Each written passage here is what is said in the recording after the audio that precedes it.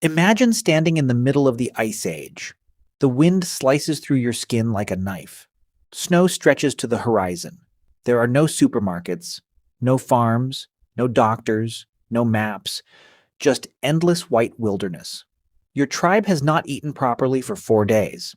The hunters followed a herd of reindeer yesterday, but the animals disappeared into the blizzard. Your youngest brother is too weak to stand. Your mother has stopped producing milk for the baby. Even the strongest men have begun whispering something they almost never admit. We don't know what to do. Then, from the back of the cave, an old woman slowly rises. She cannot hunt. She cannot run. She cannot fight. But everyone becomes silent, because she has seen this before. Nearly 50 winters earlier, when she was only a child, another storm buried the land beneath snow for weeks. She remembers where the reindeer moved. She remembers which frozen river still held fish beneath the ice. She remembers which cave stayed warm because the wind never entered its mouth. The next morning, the tribe follows her. Days later, they are alive. Without lifting a spear, she saved them all. Today, we think survival belongs to the strongest. For most of human history, it often belonged to the oldest. And that raises one of the strangest questions in all of evolution. Why do humans have grandparents at all? Because if you look across nature, grandparents are incredibly rare. Most animals never become grandparents in the way humans understand the word. A mouse lives only a year or two. A salmon dies immediately after reproducing. Male praying mantises are sometimes eaten during mating. Many octopuses reproduce only once before dying. Nature usually follows a simple rule.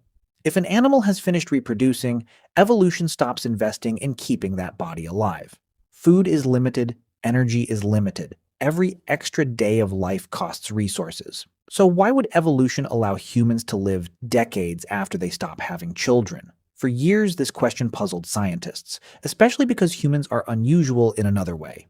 Women experience menopause. Unlike almost every other mammal, human females often spend nearly 1/3 of their lives unable to have more children. From an evolutionary perspective, this seems completely irrational.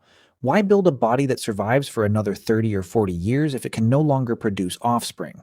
Charles Darwin himself struggled to explain it. The answer did not begin in a laboratory. It began among one of the last hunter-gatherer societies still living much like our ancestors once did. In northern Tanzania lives the Hadza people. For thousands of years, they have survived without agriculture. They hunt, they gather, they move with the seasons. Anthropologists study them not because they are living fossils, they are modern people, but because some aspects of their lifestyle resemble those of prehistoric hunter-gatherers. During the 1980s, anthropologist Kristen Hawkes expected to find something obvious. She assumed the best hunters fed everyone. That seemed logical. Movies had already convinced the world that prehistoric survival depended almost entirely on powerful young men chasing mammoths with spears. Reality turned out to be much more interesting. Hadza hunters often return empty-handed. Large animals are difficult to catch. Some hunts succeed, many fail.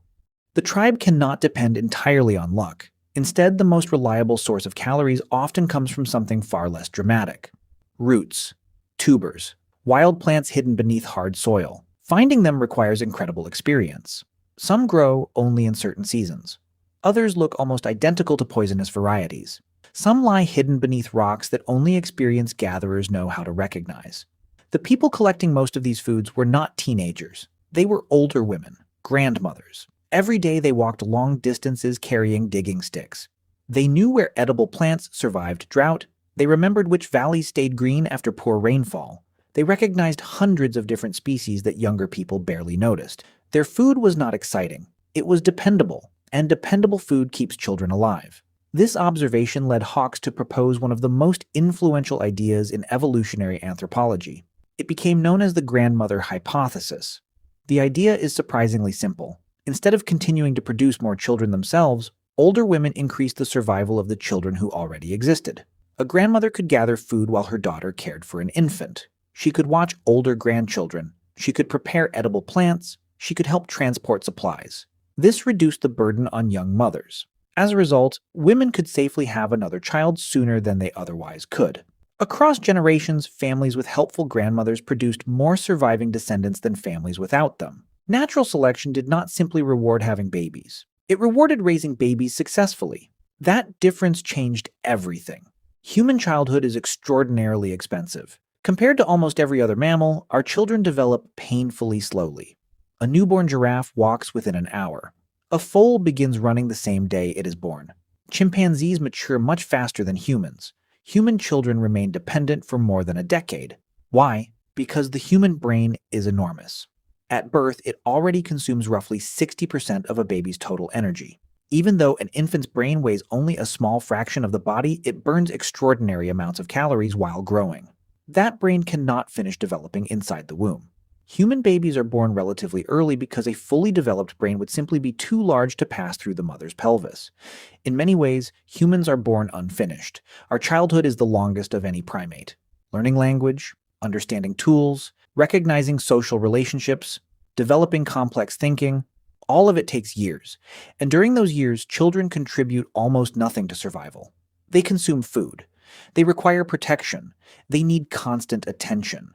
From a biological perspective, they are an enormous investment. One mother alone could rarely provide everything. Human children evolved inside communities, not just parents, grandparents, older siblings, aunts, uncles, friends. Anthropologists call this cooperative breeding. Unlike most mammals, humans evolved to raise children together. The entire group became responsible for keeping the next generation alive. Grandparents were one of the most important parts of that system.